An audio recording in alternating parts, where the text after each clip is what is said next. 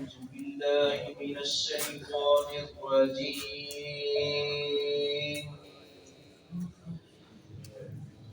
بسم الله الرحمن الرحيم. وخذ بيدك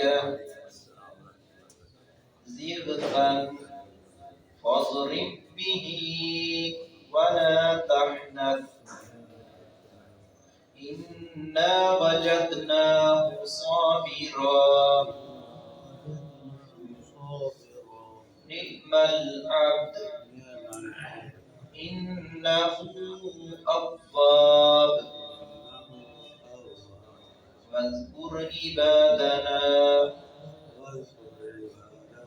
إبراهيم وإسحاق ويعقوب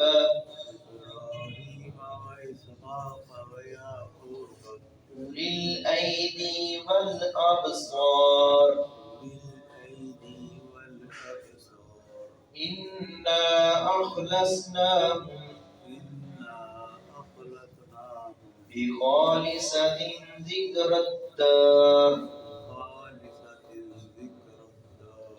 وإنهم عندنا لمن المصطفين الأخيار.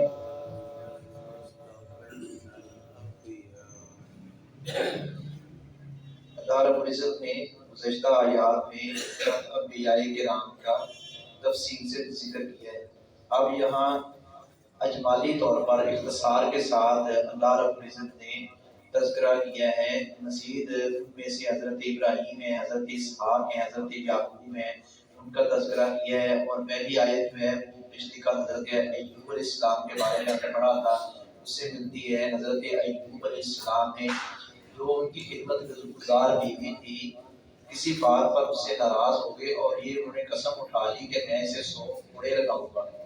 تو اللہ رب العزت نے فرمایا کہ قسم کو نہ توڑیں، قسم کو پورا کرنے کے لیے یہ آیت اس خاتون کے لیے اللہ رب العزت نے بیان فرما دی جو خدمت گزار ان کے بیوی تھی. غصہ آیا، طبیعت میں بیماری تھی، حالانکہ بڑے ہی صابر اور شاکر انسان تھے. بحیثیت انسان اپنا غصہ آ جاتا ہے.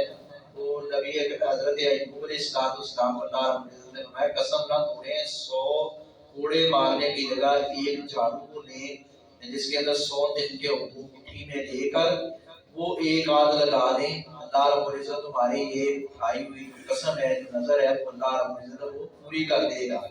تو یہ ایک رعایت دی گئی تھی اس قانون کو. اسی سے اہل اپنا علم نے اور فقہاء کرام نے استدلال کرتے ہوئے کہ کیا یہ تو صرف اس کے لیے خاص تھی یا آئندہ بھی کسی کے لیے اس طرح ہے. ایک روایت میں آتا ہے کہ نبی اکرم صلی اللہ علیہ وسلم نے ایک انتہائی کمزور اور لاغر انسان تھا جو زنا کر بیٹھا تھا اور اس کو 100 کوڑے لگنے تھے. تو نبی اکرم صلی اللہ علیہ وسلم نے اس کے ساتھ ایسا ہی معاملہ کیا تھا جس طرح حضرت ایوب علیہ السلام کو اللہ رب العزت نے حکم دیا تھا. دونوں طرح کی آراء موجود ہیں. تو اللہ رب العزت نے حضرت ایوب علیہ السلام کے بعد ابراہیم علیہ السلام کا، اسحاق علیہ السلام کا، یعقوب علیہ السلام کا تذکرہ کیا اور ان کو اللہ رب العزت نے صاحب بصیرت قرار دیا. صاحب بصیرت، اللہ رب العزت نے ان کو دینی فہم، بصیرت، اس قدر حکمت دانائی عطا کی، اس کا تذکرہ کیا ہے. بصیرت تو سب کی ہے، ہم سارے کے سارے بصیرت بصارت رکھتے ہیں، دیکھنے والے ہیں، سننے سمجھنے والے ہیں، اللہ تعالیٰ نے شعور دیا ہے. لیکن جو دین کا فہم اور دین کا علم بردار جو اللہ رب العزت نے ان نبیوں کو بنایا ہے، جو حکمت دانائی اور جو اللہ رب العزت نے خاص عنایت انبیاء کرام کو عطا فرمائی ہے. ہم تو امتی ہیں نا، اور رسول اکرم صلی اللہ علیہ وسلم کے امتی ہیں.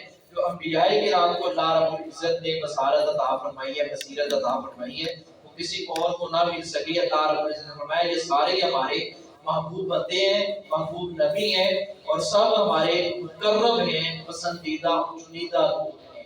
افوس اور آپ پکڑیں بیادی کا اپنے ہاتھ میں زد سن ایک اٹھا کنوں کا فاضرب بھی، بس آپ مارے اس کے ساتھ اپنی بیوی کو.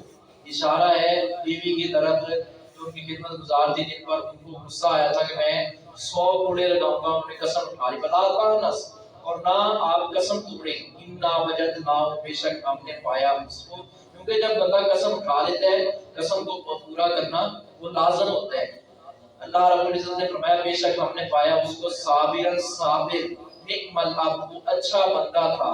حضرت ایوب علیہ السلام کے بارے میں فرمایا وہ بڑے اچھے بندے تھے، انہ اواب، بلا شبہ بہت رجوع کرنے والے تھے، نبی سارے اللہ کی طرف رجوع کرتے تھے، اور بعض بار استغفار ان کی زبان پر جاری رہتا تھا، اور اللہ رب العزت کی طرف خود بھی رجوع کرتے تھے، لوگوں کو بھی اسی بات پر آمادہ و تیار کرتے تھے کہ اللہ کی طرف پلٹو، اللہ کی طرف رجوع کرو، وہی کارساز ہے، وہی نفع نقصان کا مالک ہے، بس اور یاد کیجیے عبادنا، ہمارے بندوں میں سے ابراہیم، حضرت ابراہیم علیہ السلام، و اسحاق، اور حضرت اسحاق علیہ السلام، و یعقوب، اور حضرت یعقوب علیہ السلام، الایدی والابصار، جو اصحاب قوت اور بصیرت والے تھے، جن کو اللہ نے طاقت بھی دی تھی اور اللہ رب العزت نے بصیرت بھی عطا فرمائی تھی۔ انا، بے شک، اخلصناہم، ہم نے چن لیا تھا ان کو، بخالصۃ، یہ خاص خصلت کے ساتھ، ذکر دار، یاد آخرت ہے۔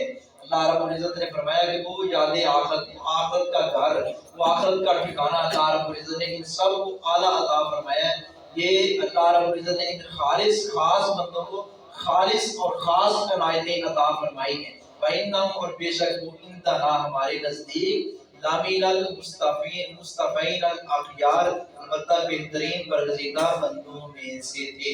تمام انبیاء کرام کو اللہ رب العزت نے محبوب اور اپنے برگزیدہ اور چنیدہ بندے بیان فرمایا، اور ان کی زندگی کو ہمارے لیے مشعل راہ فرمایا ہے۔ اللہ